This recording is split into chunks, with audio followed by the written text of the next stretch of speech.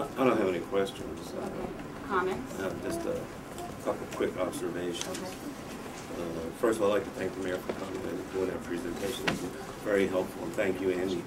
While we did have some nice, good one-on-ones with our solicitor, that was helpful.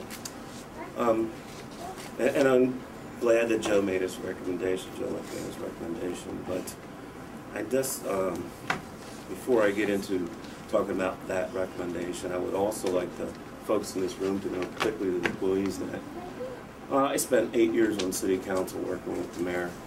I knew him before that, and I've served on this board since I think he appointed me in 2001.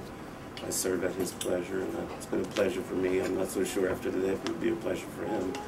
But I want you all to know from me that I don't think there's a person in this city who has been a stronger advocate for working with families. Anyone who's been a bigger champion for economic development in this city. So naturally, when this proposal was brought forward and the mayor showed a great interest in it, we became interested in it as well. But I also like to say that we are a part-time board. We serve in an advisory capacity.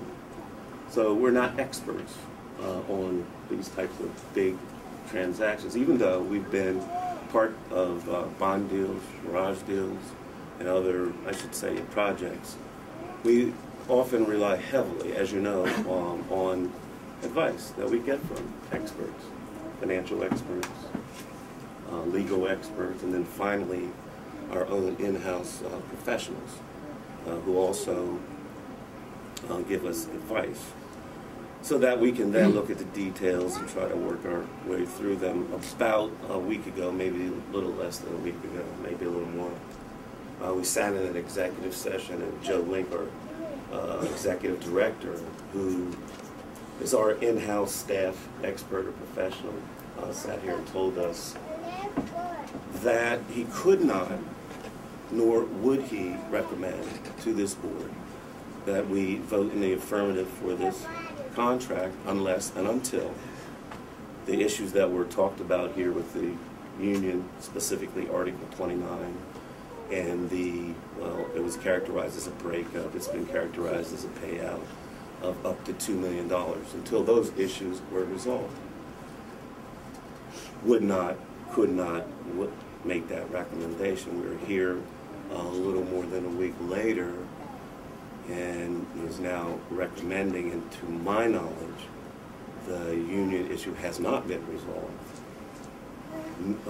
And of course, that issue is inextricably linked to the breakup, payout, whatever it might be. And I'm a little baffled as to what is different today with regard to that issue than last week.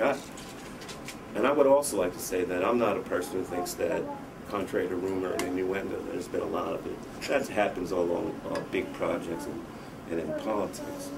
I'm not opposed to this. What policymaker would be opposed to paying off the city debt, reducing property taxes, adding police, and reducing all of the parking lot, all the parking debt for us, or most of it, or vice versa with the city?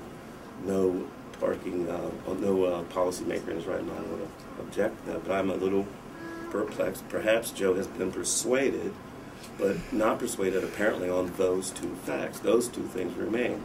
When we sat in that meeting, a couple other board members commented that they sort of thought like asking us to vote for this without resolving those things was putting the cart before the horse, someone said.